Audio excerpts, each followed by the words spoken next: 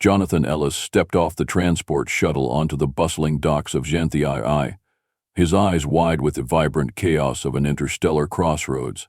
Around him, beings of all shapes and sizes chattered in a multitude of languages, their voices blending into a symphony of galactic diversity. "Dr. Ellis, I presume." A tall, lanky figure approached him, extending a hand that was nearly twice the length of Jonathan's own.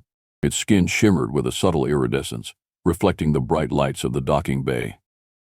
"Yes, that's me," Jonathan replied, shaking the offered hand. "And you are?" "I'm Dr. Zorvak, liaison officer for the conference. Welcome to Janti I. If you'll follow me, I'll take you to the registration desk." As they walked through the terminal, Jonathan marveled at the intricate architecture, a blend of ancient stonework and modern materials that spoke to the planet's long history as a cultural hub. "You'll find the conference quite enlightening," Zorvak commented, his voice a deep hum.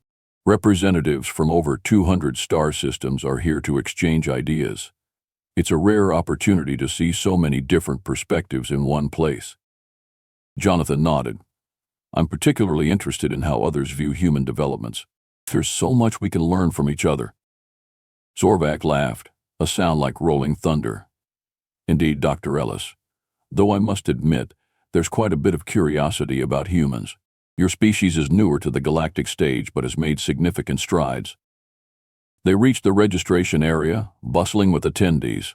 Jonathan filled out his credentials and received his conference package. As he clipped his name tag to his jacket, another human approached them, a broad-shouldered man with a friendly grin. "Jonathan Ellis, Sam Hawthorne," he said, extending a hand. "I'm from the Terran Historical Society. Heard a lot about your work on cultural dynamics." Jonathan shook his hand warmly. "Sam, nice to meet you. I'm glad to see another human here. It feels a bit overwhelming with so many species." "First time at a galactic meet?" Sam asked as they started walking towards the main conference hall. "Yes, it's quite different from the symposiums back home." As they entered the grand hall, a murmur of voices washed over them. Aliens of various forms and sizes mingled, exchanging greetings and ideas. Jonathan felt a surge of excitement, eager to dive into discussions and learn from the assembled intellects. Suddenly, an alien delegate standing nearby made a remark in a clear, carrying voice. "Humans don't look dangerous. That makes them dangerous." The comment was not meant to be overheard, but it clearly reached Jonathan's ears. A few nearby attendees glanced at him, their expressions unreadable. Sam, noticing the shift in mood, leaned closer to Jonathan. "Ignore that. Old prejudices die hard.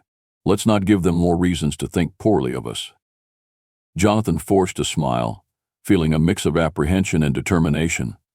"Let's show them what humans are really made of, shall we?" "Absolutely," Sam replied, clapping him on the back. "Let's go make some allies." The two men moved deeper into the crowd, ready to challenge misconceptions and foster understanding one conversation at a time. The first panel discussion was in full swing when Jonathan and Sam took their seats among a diverse audience. A prominent Thetan scholar was speaking passionately about the ecological impacts of space colonization. Jonathan leaned over to Sam. "It's fascinating to see how seriously environmental concerns are taken across different cultures." "Absolutely," Sam whispered back. "Theseans have restored their planet's biosphere from the brink. There's much to learn from them." The panel ended with a vigorous round of applause, and the audience began to disperse into smaller discussion groups. Jonathan and Sam headed towards a group that was forming around a Varnak delegate, renowned for their unique perspectives on interspecies diplomacy. As they approached, the Varnak, a towering figure with a serene demeanor, was addressing a question about diplomatic neutrality. Jonathan and Sam listened intently, finding the conversation deeply engaging. After the session, Jonathan approached the Varnak. "Excuse me, Delegate. I'm Jonathan Ellis, and this is Sam Hawthorne. Your insights on neutrality were enlightening. Could you elaborate on how your people maintain such balance?" The Varnak's eyes, small and bright, twinkled with interest. "Ah, humans, curious and eager. To maintain peace, one must understand and respect the differences that exist. It is not merely about balance but about abasing diversity without fear." Jonathan nodded thoughtfully. I think there's a common misconception about humans being inherently aggressive. We're actually quite committed to peace and understanding. The conversation attracted a few more delegates, including an Atridian and a Clinthar, who joined in the discussion. As they exchanged views, the earlier comment about humans being dangerous surfaced again, this time voiced by the Clinthar. I heard someone mention earlier that humans might be dangerous because they don't look it. Could you expand on that? Jonathan asked, his tone neutral but firm. The Clinthar, a sleek being with fluid movements, replied, "It was not my comment, but I understand the sentiment. Humans integrate and adapt quickly, which can be unsettling for some species. It's easy to feel threatened by what we cannot easily predict." Sam added, "It's an unfortunate view based on limited interactions. Perhaps through forums like this we can demonstrate our true intentions and capabilities." The Atridian chimed in, "It is indeed essential to base our opinions on direct interactions rather than hearsay. I've observed humans in various capacities and found them to be quite cooperative and innovative." As the discussion wound down, Jonathan felt a sense of accomplishment. They had not only defended their species but also opened a channel for deeper understanding. "Thank you all for your openness," Jonathan concluded as the group dispersed. "It's only through dialogue like this that we can hope to overcome misconceptions." Sam nodded in agreement. "Well handled, Jonathan. Let's keep this momentum going." The two men decided to attend a lecture on technological innovations next, hoping to further showcase human ingenuity. As they walked to the next session, they discussed strategies to highlight human contributions effectively. "This conference is turning out to be quite the diplomatic mission for us," Sam remarked with a chuckle. "Indeed," Jonathan agreed, smiling, "and I think we're just getting started." After a day filled with enlightening discussions and panels, Jonathan and Sam found themselves at the grand banquet hall, where the conference's official dinner was about to commence. The large room buzzed with the murmur of numerous species mingling, their voices a testament to the galaxy's rich diversity. As they made their way through the crowd, a familiar face approached them. It was Dr. Zorvac, their liaison officer. "Jonathan, Sam, glad I found you," Zorvac said, his iridescent skin shimmering under the hall's lights. "There are a few delegates I'd like you to meet tonight. I believe it would be beneficial for them to hear directly from humans about your peaceful intentions and cultural values." "That sounds like a great opportunity, Dr. Zorvac," Jonathan replied, eager to continue the positive momentum from earlier conversations. They were soon introduced to a table where other delegates were already seated, including a distinguished-looking Pellinary and a couple of jovial Rinthians. "Gentlemen, this is Jonathan Ellis and Sam Hawthorne from Earth," Zorvac announced as they took their seats. "So have been quite the ambassadors for human culture today."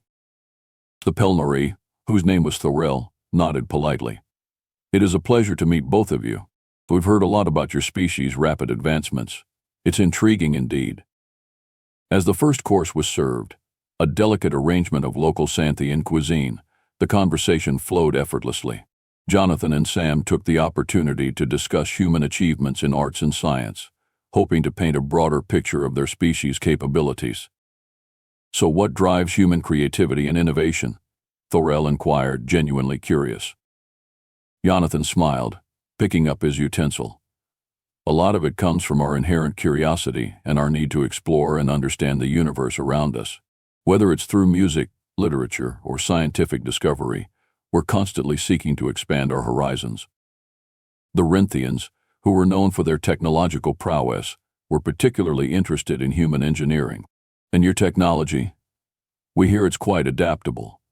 One of them said through a series of clicks and tones that their translator rendered into Galactic Common. Sam, who had a background in engineering, responded enthusiastically. "Absolutely. We pride ourselves on our ability to tailor technologies to different environments. It's necessary for a species that comes from a planet as diverse as Earth." As the main course arrived, a hearty stew that filled the hall with aromatic spices, the discussion deepened to include philosophical topics like ethics in technology and environmental stewardship. "I must admit," Thorell said as he sampled the stew, "there's a richness to human culture that is quite compelling. It's different when you hear about it firsthand rather than through the usual channels." Jonathan was pleased. "That's exactly why we're here. to show that what sometimes sounds like aggression or dominance in reports is often just passion and enthusiasm for sharing and growth. The evening wore on with laughter and shared stories, each delegate bringing their unique perspective to the table. As desserts were served, a collection of delicate pastries, the mood was light yet thoughtful. "Tonight has been enlightening," the Pellery concluded, his tone warm. "I think I speak for everyone here when I say that our understanding of humanity has grown significantly." Zorvac, observing the interactions with a hint of pride, added, "This is the essence of such gatherings, breaking down barriers one meal at a time." Jonathan and Sam left the dinner feeling optimistic. The connections they'd made weren't just diplomatic, they were personal, bridging gaps between the stars. As they walked back to their quarters, they discussed plans for the following day, determined to continue their mission of fostering interstellar understanding. "Good work today, Jonathan," Sam said as they reached their doors. "Thanks, Sam. Let's keep the momentum going tomorrow," Jonathan replied, already looking forward to another day of fruitful exchanges. The morning following the banquet was crisp and bright, and the conference atmosphere seemed even more charged with promise.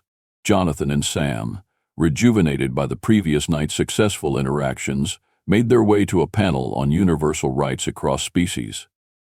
As they settled into their seats, Sam leaned over to Jonathan. "Today, let's try to engage more on human ethical practices. I think it could really help clear up some lingering doubts about us." Jonathan nodded in agreement just as the panel began. The speakers were a mix of scholars and diplomats from various star systems, each bringing unique perspectives on rights and ethics. During the QA session, Jonathan raised his hand, and a microphone was passed to him. "Jonathan Ellis from Earth," he began, standing to address the panel. "We've touched on a lot of important issues regarding universal rights, but I'd like to hear the panel's thoughts on how these rights can be safeguarded in systems with a significant cultural and biological diversity. Specifically, how can we ensure that rights aren't just universal in name but in practice?" The question sparked an intense discussion among the panelists. A Tulare delegate responded first. "That's a crucial point, Mr. Ellis.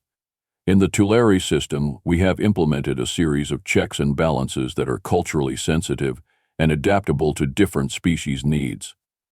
As the discussion unfolded, Jonathan listened intently, but he couldn't help noticing a small group of delegates whispering among themselves, occasionally casting glances his way. Their expressions were not friendly. When the session broke for coffee, Jonathan approached the group, a smile ready. "Good morning.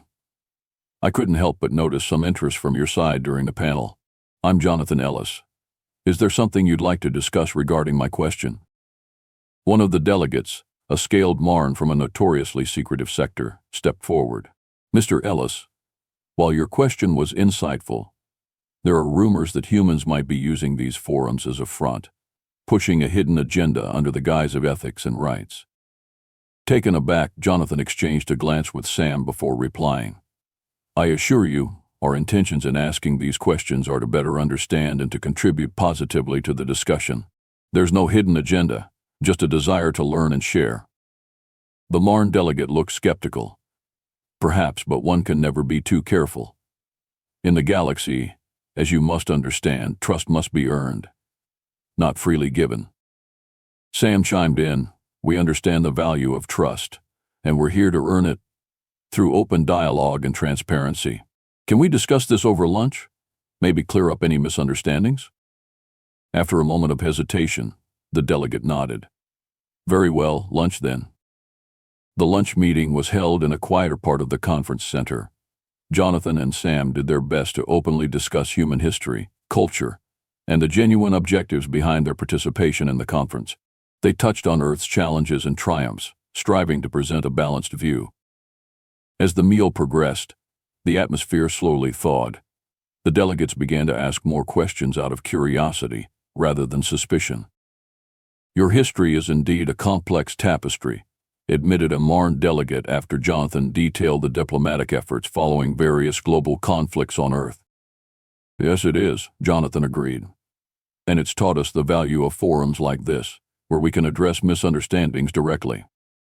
By the end of the meal, the group was exchanging ideas more freely. the initial coldness replaced by a cautious but growing respect. "So we appreciate your candor," the Marne delegate said as they parted ways.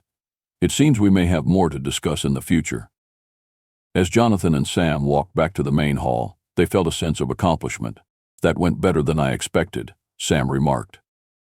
"Yeah, breaking down barriers, one meal at a time," Jonathan replied with a relieved smile. They were ready to continue the dialogue, one conversation at a time, paving the way for a deeper understanding and perhaps, eventually, trust.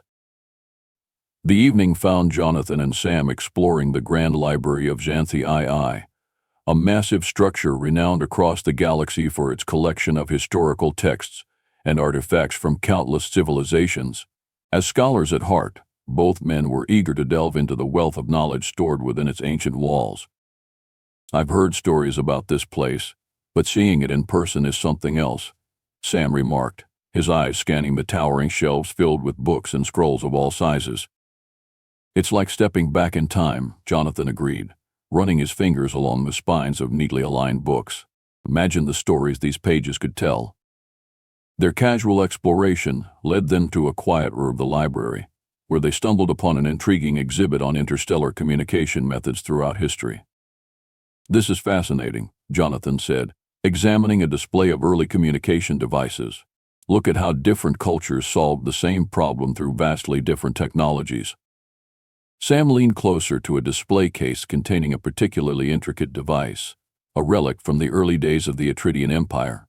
"You know, this reminds me of how we're trying to communicate our intentions at the conference. Different methods, but the same goal, understanding." The conversation was interrupted by Dr. Zorvac, who had entered the library for some research of his own. "Enjoying the collection, gentlemen?" "Absolutely," Jonathan replied. "It's incredible. We were just discussing the parallels between these communication tools and our efforts at the conference." "Ah, a perfect analogy," Zorvac noted, his tone approving. "Perhaps you could use this concept in your next panel discussion. It might help illustrate the common ground between species." "That's a great idea," Sam responded, enthusiasm evident in his voice. Using historical context could really resonate with the delegates. The trio spent the next hour discussing various exhibits, drawing parallels between ancient challenges and modern issues. The library's serene atmosphere lent itself well to deep, thoughtful dialogue. As they prepared to leave, Jonathan paused by a section dedicated to poetic literature from the galaxy's eastern quadrant. "This is what I love about these gatherings," he mused aloud. "It's not just the formal meetings and discussions. It's these unexpected moments of connection and insight." Sam picked up a thin volume, flipping through it. "It's all about finding commonality and diversity, isn't it?" "Exactly," Jonathan nodded. "And every piece of knowledge we take back from here enriches our own understanding and capacity to contribute positively back home." Dr. Zorvac, looking pleased with the productive evening, suggested, "Why don't you both present some of these findings tomorrow? I think the delegates would appreciate seeing this side of human curiosity and scholarly respect for other cultures." "We just might," Jonathan said with a smile. "Thank you, Dr. Zorvac, for joining us tonight. Your insights have been invaluable." As the night wrapped up, Jonathan and Sam left the library with new ideas and a reinforced sense of purpose.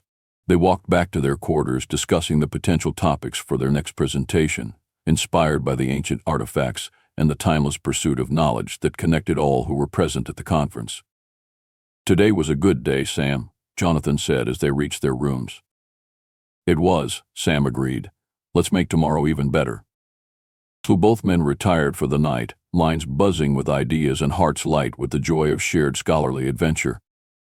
The next day, fueled by their enriching experience at the library, Jonathan and Sam prepared for a crucial roundtable discussion on cultural transparency and exchange.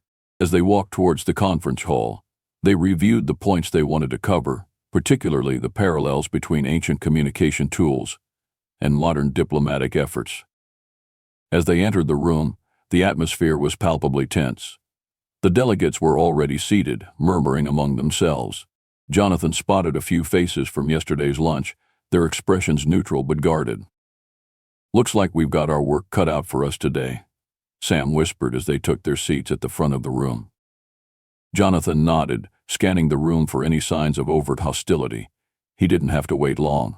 As soon as the moderator introduced the topic, a delegate from the planet Viridia raised his hand to speak.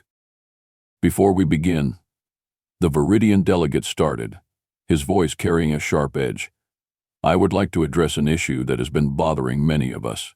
It concerns the human's role in these discussions. Some of us feel that there might be more to your participation than meets the eye. Jonathan straightened, his mind racing. He had hoped their efforts yesterday had begun to mend fences, but it seemed skepticism ran deeper than he thought. Thank you for your candor, Jonathan replied, maintaining composure. Please, could you elaborate on these concerns? It's simple, another delegate, a Thrinian, joined in. Your species has been advancing rapidly, not just technologically, but also in your expansion into galactic affairs. There is a fear that you are using these conferences as a stage to subtly assert your dominance. Sam leaned in to whisper to Jonathan, stay calm. Let's tackle this head-on with transparency. Jonathan nodded and addressed the room. I understand your concerns and I appreciate your directness. Let me be clear, we are here to learn and to share, not to dominate. Our history on Earth has taught us hard lessons about the consequences of domination. Our aim in expanding into the galaxy is to avoid past mistakes and to build bridges. The hush fell over the room. Jonathan continued, our participation in these discussions is driven by a genuine desire to foster understanding and cooperation. We believe that together we can solve many of the galaxy's most pressing issues. The Viridian delegate seemed to ponder Jonathan's words. And how can you assure us that these are not just well-crafted words? So words are easy, actions are harder. Sam decided it was time to jump in. Let's talk about actions then. Consider our initiatives back on Earth and in our local solar system, environmental restoration projects, cultural exchange programs, transparent governance models. We are implementing the very principles we advocate for here. Jonathan added, and we're open to scrutiny. We invite any of you to visit Earth to see firsthand our efforts. We're also eager to participate in and support initiatives led by other species. The discussion shifted gradually from confrontation to dialogue, as more delegates began to voice their thoughts and concerns, moving towards constructive suggestions and proposals for joint initiatives. As the session wrapped up, the moderator, a wise old Pelnari, concluded, this has been one of the most spirited discussions this conference has seen. It is clear that while there is skepticism, there is also a willingness to engage. Let us take this as a sign of progress, not division. Jonathan and Sam exchanged relieved smiles as they left the hall. They had faced direct confrontation and had managed to turn it into an opportunity for deeper dialogue. Good work today, Sam said, patting Jonathan on the back. Thanks, Sam. It feels like we're finally making some headway. Jonathan replied, hopeful that the next sessions would build on this new foundation of mutual respect and understanding. In the wake of the challenging, yet ultimately constructive confrontation, Jonathan and Sam felt a renewed sense of purpose. They spent the early morning strategizing for the upcoming sessions, eager to capitalize on the previous day's progress. As they walked to the main conference hall, Jonathan's communicator beeped. It was a message from Dr. Zorvac, inviting them to a special session organized spontaneously by several delegates interested in human-led initiatives. This could be a big moment for us, Sam said, checking the details on Jonathan's device. Looks like our efforts are finally bearing fruit, Jonathan replied with a cautious optimism.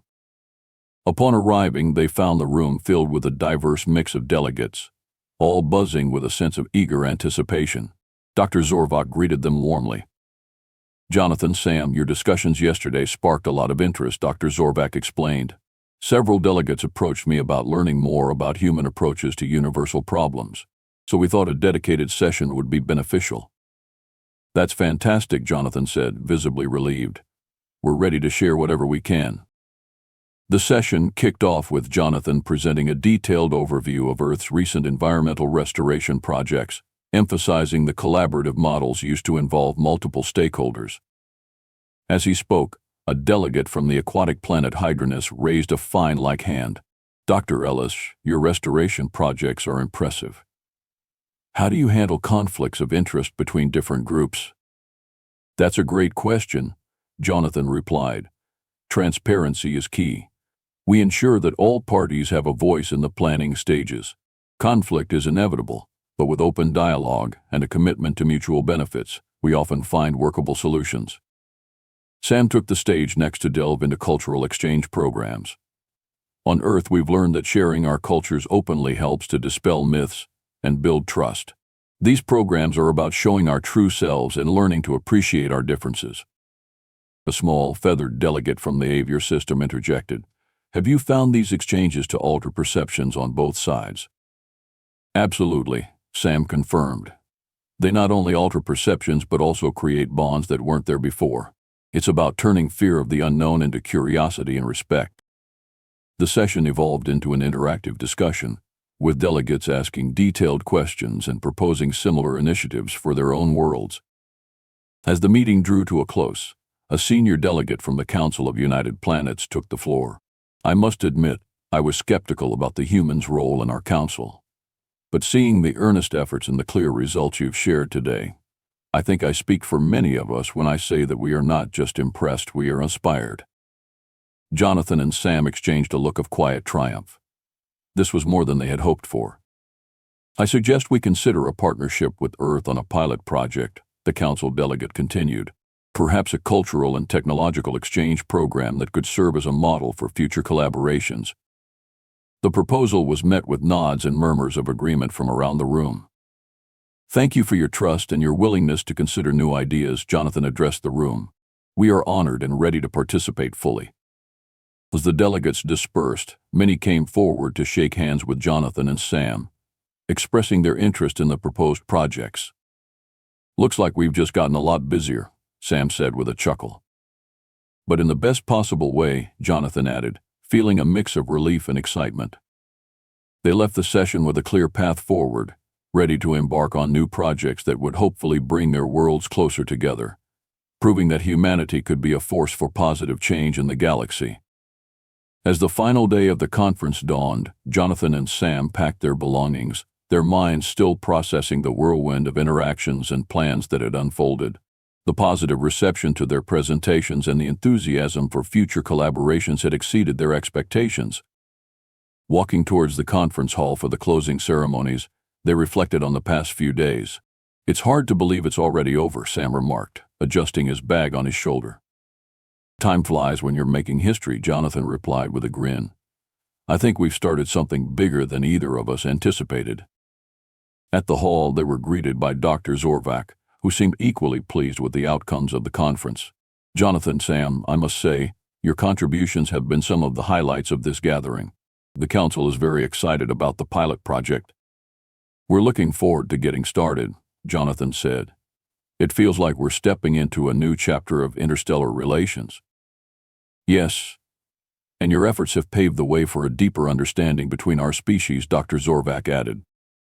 The closing ceremony was a grand affair, with representatives from various planets delivering speeches that summarized the week's achievements and outlined the path forward.